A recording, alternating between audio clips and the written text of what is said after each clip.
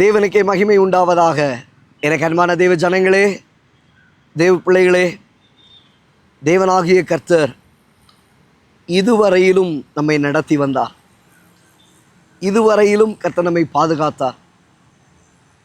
ஆண்டவராகிய இயேசுவின் நாமத்தினாலே உங்களை வாழ்த்துகிறேன், ஆசீர்வதிக்கிறேன். குறிப்பாக இன்று கர்த்தருடைய பெரிதான கிருபையினால்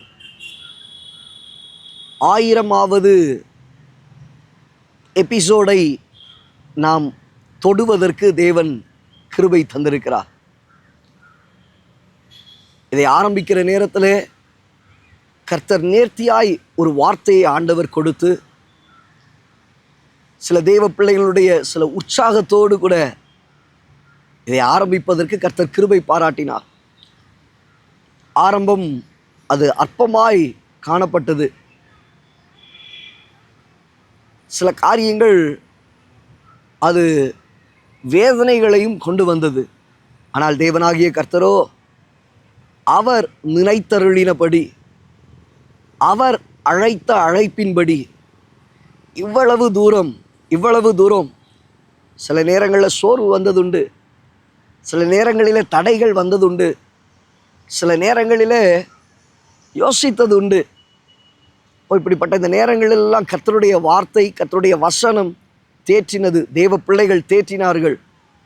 அநேகர் அதை பார்த்து பர்சனலாக மெசேஜஸை அனுப்பியிருந்தாங்க. பாஸ்டர், நீங்கள் கொடுக்குற வார்த்தைகள் பிரயோஜனமாக இருக்குது. வெளிநாடுகளிலிருந்து, வெளி மாநிலங்களிலிருந்து, வெளி டிஸ்ட்ரிக்ஸில் இருந்து அநேகருடைய அந்த வார்த்தைகள், இன்னும் அந்த மெசேஜஸ்லாம் என்கிட்ட இருக்குது.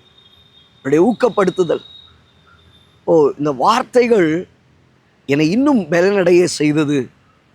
இன்னும் ஓடுவதற்குரியதான கிருபைகளை கர்த்தர் கொடுத்தார். இந்த குறிப்பாய் உங்களை ஆண்டவராகிய இயேசுவின் நாமத்தினால் வாழ்த்துகிறேன். கர்த்தர் நிமித்தமாய் உங்களுக்கு நன்றிகளை தெரிவித்துக் கொள்ளுகிறேன். காரணம், நீங்களும் இதை தொடர்ந்து பார்த்து இந்த வார்த்தைகளை கேட்டு இதன் மூலமாய் ஆசீர்வதிக்கப்பட்டிருக்கிறீர்கள். இதன் மூலமாய் நன்மையை அனுபவித்திருக்கிறீர்கள். குறிப்பாய் இதை மற்றவர்களுக்கும் பகிர்ந்து கொள்ளுங்கள். மற்றவர்களையும் பார்க்கும்படியாக ஊக்கப்படுத்துங்கள். நீங்களும் தொடர்ந்து பார்த்து கர்த்தர் உங்களுக்கு செய்கிற நன்மைகள், கர்த்தர் உங்களோடு கூட பேசுவார் என்றால் அதன் கீழே இருக்கிறதான அந்த கமெண்ட்ஸுகளை நீங்கள் போடும்படியாய் உங்களை அன்புடன் கேட்டுக்கொள்ளுகிறேன். தேவனாகிய கர்த்தர் இதுவரையிலும் நடத்தினார். ஜீவனுள்ள மட்டும் அல்லது அவருடைய வருகை மட்டும் அவர் நடத்துவார் என்பதை நான் விசுவாசிக்கிறேன். நாம் விசுவாசிக்கிறோம். அவரே நம்மை நடத்துவாராக. குடும்பங்களாகிய உங்களுக்கு மனதார நன்றிகளை தெரிவித்துக் கொள்ளுகிறேன். இந்த நாளிலும் கர்த்தர் அப்படியே நமக்கு கொடுக்கிற அவருடைய வார்த்தை சங்கீதத்தின் புஸ்தகத்தில் 118வது சங்கீதம் 22, 23வது வசனத்தில் வாசிக்கிறோம். வீடு கட்டுகிறவர்கள் ஆகாதென்று தள்ளின கல்லே மூலைக்கு தலைக்கல்லாயிற்று, அது கர்த்தராலே ஆயிற்று, அது நம்முடைய கண்களுக்கு ஆச்சரியமாய் இருக்கிறது. வீடு கட்டுகிறவர்கள் ஆகாதென்று தள்ளின கல். எனக்கு நல்லா தெரியும், நான் ஆகாதென்று தள்ளின கல். எனக்கு தெரியும், நான் உதவாத ஒரு கல், தள்ளப்பட்ட ஒரு கல், பிரயோஜனம் இல்லாத கல். தேவன் இன்று மூலைக்கு தலைக்கல்லாக அவருடைய ராஜ்யத்தின் வேலைக்காக கர்த்தர் நிறுத்தி இருக்கிறார். தேவாதி தேவனை நான் ஸ்தோத்தரிக்கிறேன். உங்கள் வாழ்க்கையிலும் தள்ளப்பட்ட கல்லாக, ஆகாத கல்லாக, உடைக்கப்பட்ட கல்லாக, பிரயோஜனப்பட்ட கல்லாக நீங்கள் இருக்கிறீர்கள். தேவன் உங்களையும் கர்த்தருடைய ராஜ்யத்திற்கென்று, கர்த்தருடைய சபைக்கென்று, உங்கள் குடும்பத்தில், உங்கள் வேலையின் ஸ்தலத்திலே கர்த்தர் உங்களை மூலைக்கல்லாக கர்த்தர் நிறுத்துவாராக. மூலைக்கல்லாக கர்த்தர் நிறுத்துவாராக. இதான் வார்த்தை சொல்லுகிறது. இது நம்முடைய கண்களுக்கு ஆச்சரியமாய் இருக்கிறது. அது நம்முடைய கண்களுக்கு ஆச்சரியமானது. இன்னைக்கு நான் ஆச்சரியப்படுகிறேன்.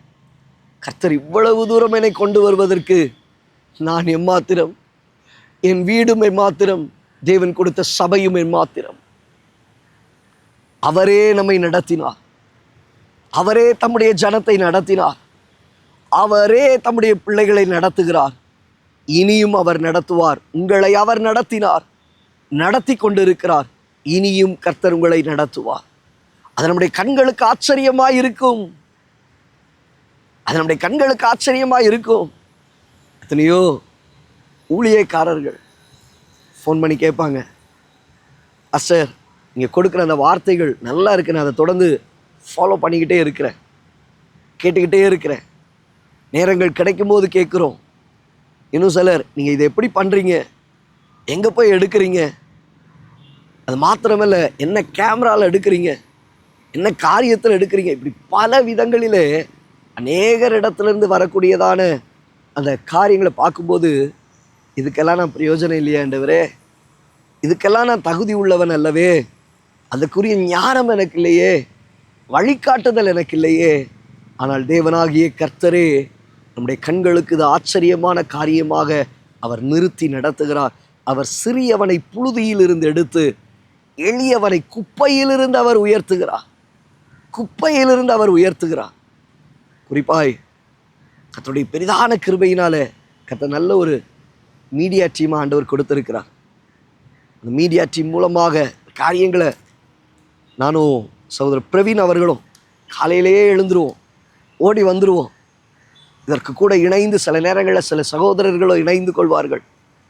அவ்வப்பொழுது வந்து நேரத்தை தேவனுக்காக கொடுத்து இப்படிப்பட்டதான சூழ்நிலைகளின் மத்தியிலும் நின்று எடுப்பதற்கு கர்த்தர் பெலனை கட்டளையிட்டார். கர்த்தர் பெலனை கட்டளையிட்டார். தேவஜனமே, வார்த்தைகளை கேட்டவங்க வாழ்க்கையில் கர்த்தர் உங்கள் கண்களிலே ஆச்சரியமானதை காணும்படி செய்வார்.